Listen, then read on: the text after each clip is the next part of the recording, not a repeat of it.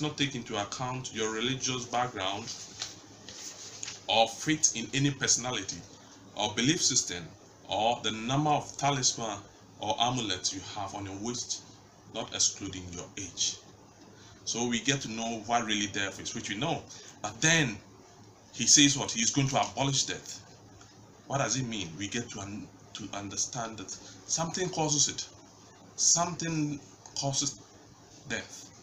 And that thing is the only thing, or the only principle that death fears is that principle. He fears that principle because that principle is hidden. And when we get to know, humans get to know, that is the end of evil rule on planet Earth. Because the sting of evil, which is death, is what he is using against all of us. So now we get to know it, and then he is out of the game of life for time without end. Chapter 31 is true religion. We get to understand that there are many religions in the world today, but no one true religion.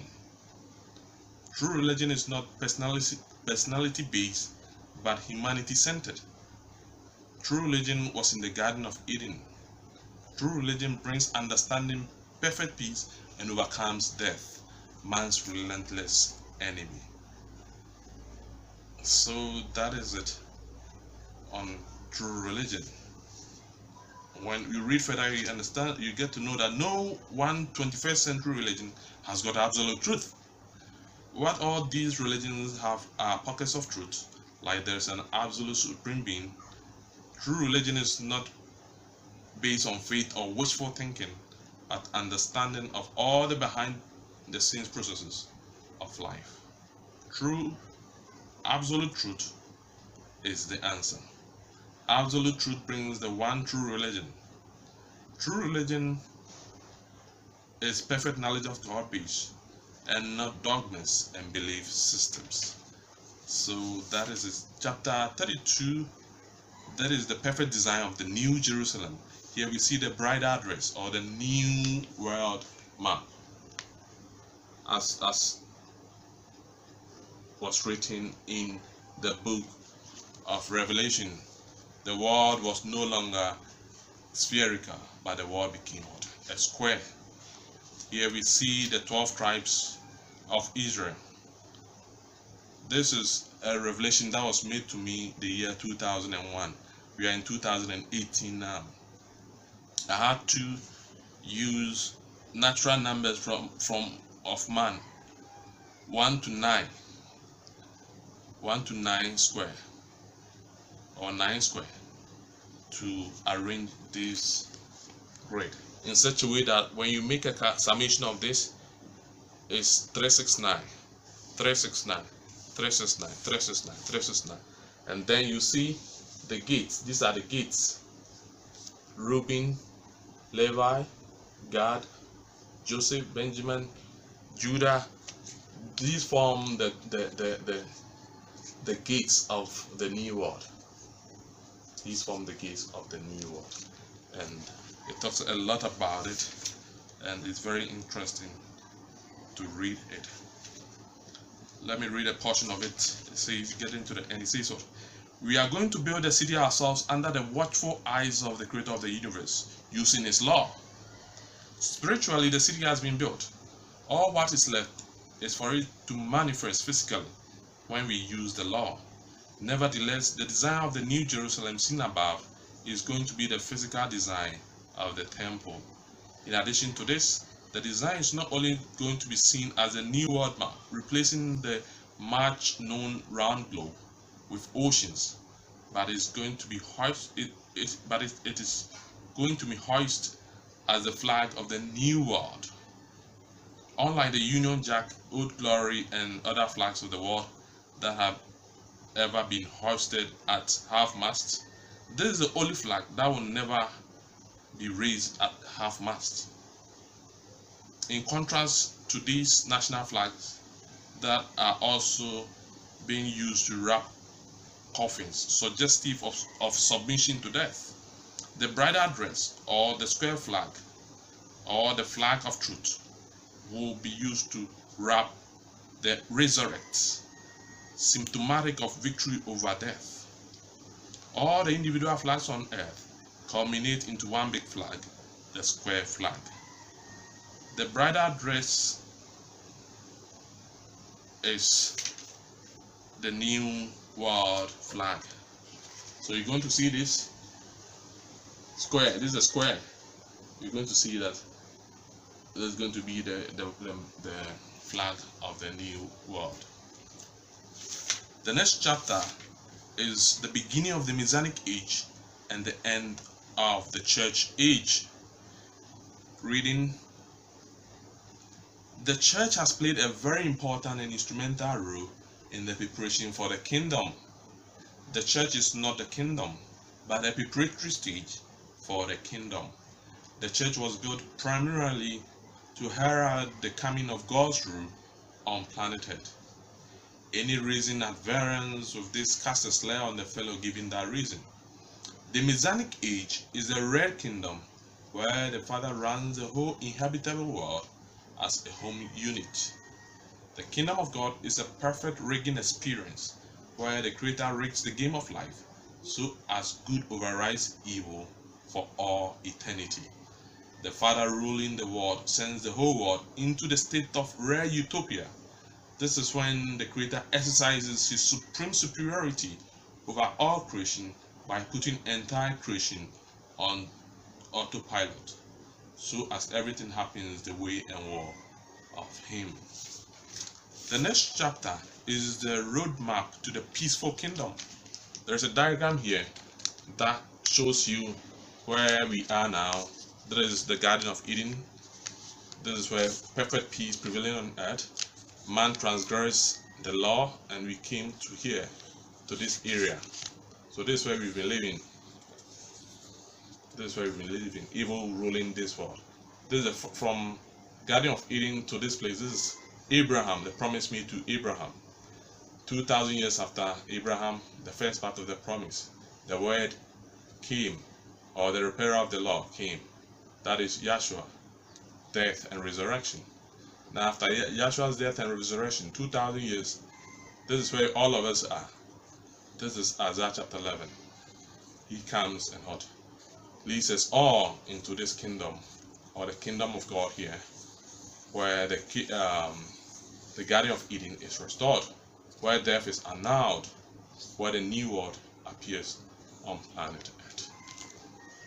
The next chapter is the interwoven chapters and verses of the first and second coming of truth. The interwoven chapters. There are certain chapters in the Holy Bible, when you read it, you become so confused whether it's come to pass or not. So some of those chapters have been written here and summarized, and then so now when you read it, you have understanding. This is a very great book, and I entreat every man to read this book, because as you read it, you get understanding, and this understanding is going to set you free. It allays all your fears. Now you begin to have a clear conscience, a clear understanding of the mind that made your mind. Because the mind of the Creator of the universe is going to synchronize with our minds all over the world. Now we have the epilogue, the bridal song. This is the lyrics of the song. My soul is on the throne, my heart is with my Father, my mind is with humans. I have now found my bride. The chorus, New Jerusalem, New Jerusalem, this is home, here is home, there is home. And I'll sing it, and let's see how it goes. My soul is on the throne, my heart is with my Father, my mind is with humans. I have now found my bride. New Jerusalem, New Jerusalem, this is home, here is home, there is home. New Jerusalem, New Jerusalem, this is home, here is home, there is home. There is a song for the new world. and it applies to every human being. Because once you get the knowledge, the understanding, your soul is going to be on the throne. Your soul is going to be on the throne. Your heart is going to be with the Father. Your mind is going to be with all humans. Because now the bride has been found. New Jerusalem, New Jerusalem. This is home, here is home, there is home. So that is it for the song. We also look at the glossary. There's a glossary that shows us some of the meanings to certain words in the book. It explains in detail in the book. And then at the end of the book is the beginning. This book will not only let you understand the mind that made the human mind, but will also allay the fears that you had always gotten, that you are flying to a place to live there. It is neither here nor there. However, he puts a law on earth. It is the law that is going to bring the kingdom of God into being. The first part of a very beautiful program has been done. Now what is left now is for us to know the law of the Holy One of Israel. It's a law that he uses and brings all peoples together. When I say all people, all humanity coming together under the rule of the perfectionists, so that we get peace on planet Earth. It's a great privilege and honor to be chosen to bring this knowledge to this world.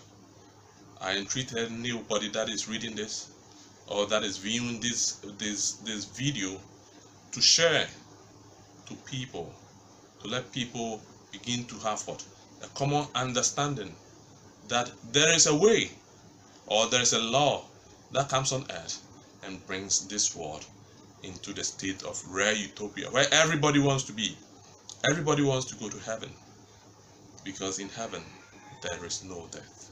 However, we don't die to go there, but it comes on earth here for all of us to experience it. All of us to experience it. So this is what is going to happen.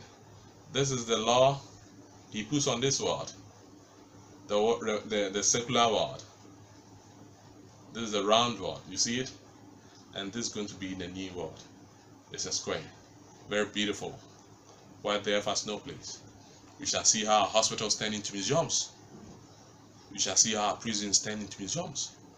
But that is not to say that the health assistant or the prison warden is going to starve to death. The Creator wants to show us that, hey, we are not alive because of the food that we get money to buy to eat. We are alive because of the air that he gives us freely, that sustains us. Now he's going to sustain us for time without end as he brings his law to the world. What is the law? What is this law? Ladies and gentlemen, my name is America once again, and I shall be sending you through as the new pilot of the world. Thank you.